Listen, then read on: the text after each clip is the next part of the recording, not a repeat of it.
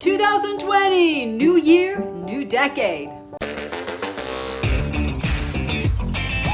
Hey Credos, Happy New Year. I should have brought a party hat and a horn, but imagine that they are here. Instead, I'm sitting in front of the tree that is about to come down, sadly, in my PJs, so that I can give you a little holiday spirit. I hope that you're raring to make this the best decade ever.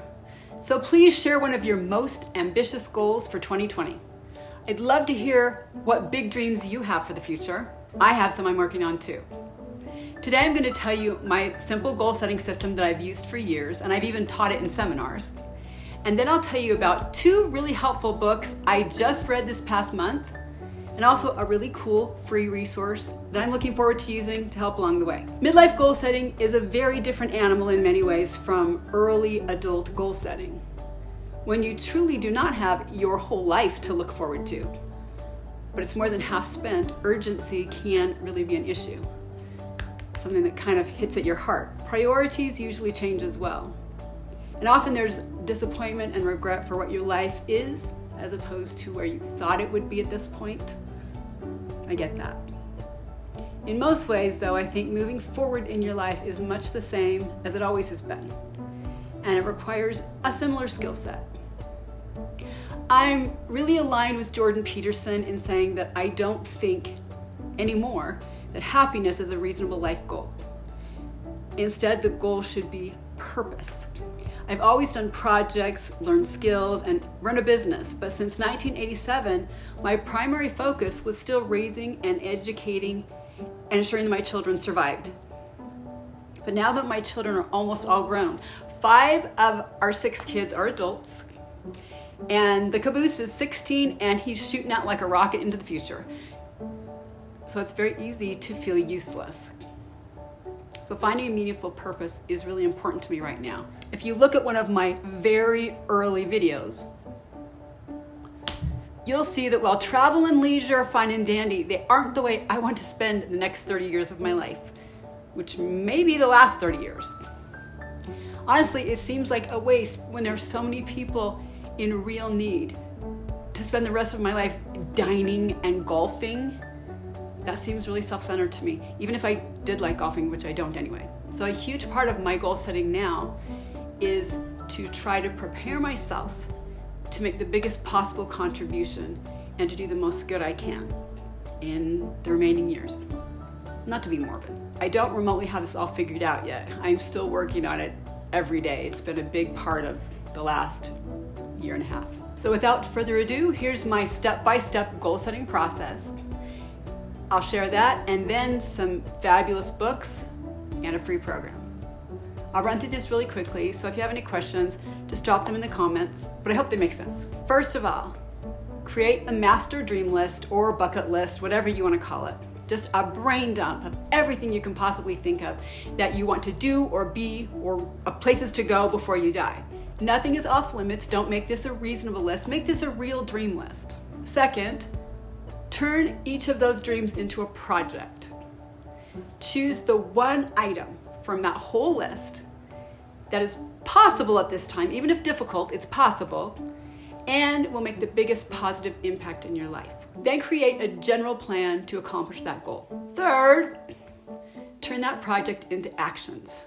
Break that plan down into ridiculously doable action steps.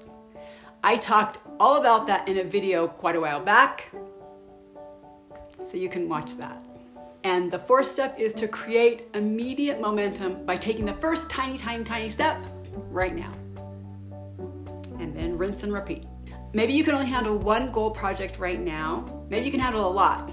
It probably depends on how much experience you have at doing that and organizing that. That's up to you. But always be moving forward on something. For the last many years, I've had 7 areas where I try to focus my goals, just to try to make sure all areas of my life get the needed attention. Those 7 areas are love, mind, body, home, good, money, and fun. Think of the areas of your life that you want to be mindful of and look at how you can improve in those areas. In the process of figuring out my new second half purpose, I happened upon an amazing book. I bought it, I read it, and I loved it so much I bought 3 copies for Christmas for 3 of my kids and their spouses. Yes, I loved it that much. I really did.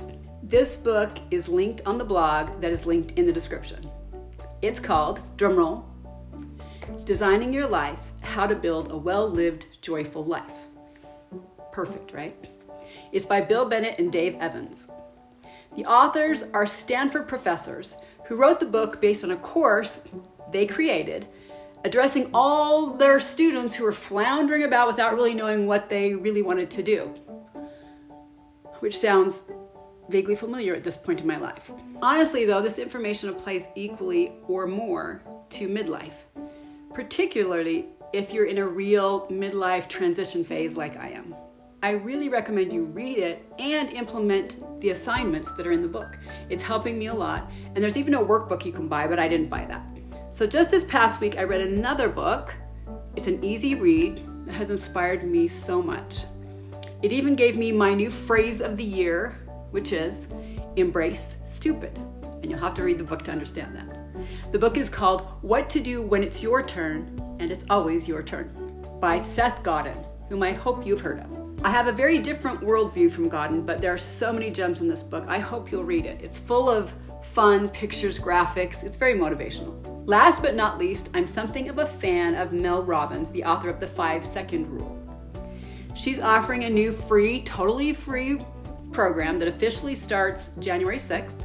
It's called The Best Decade Ever. That sounds like something I'm looking for, right? The best decade ever. So I will link to the registration page on the blog, which is linked in the description again. And you can see what you think of it. I've joined and I will see where that takes me on this journey. It looks good so far. That's all for this video, guys. Please let me know what your goal setting system is, or if you think goals are lame and just cause excess guilt. I'd so appreciate it if you like this video, and would love it if you'd click that subscribe button and the notification bell. I have lots of fun things planned for the channel in 2020, and many of them already in the works. You can also follow Midlife Credo on Instagram, even though I'm pretty boring over there. I warn you, but I welcome you. Please do join the Midlife Tribe on Facebook. All those platforms are linked in the description. Now you go out and have the best decade of your life.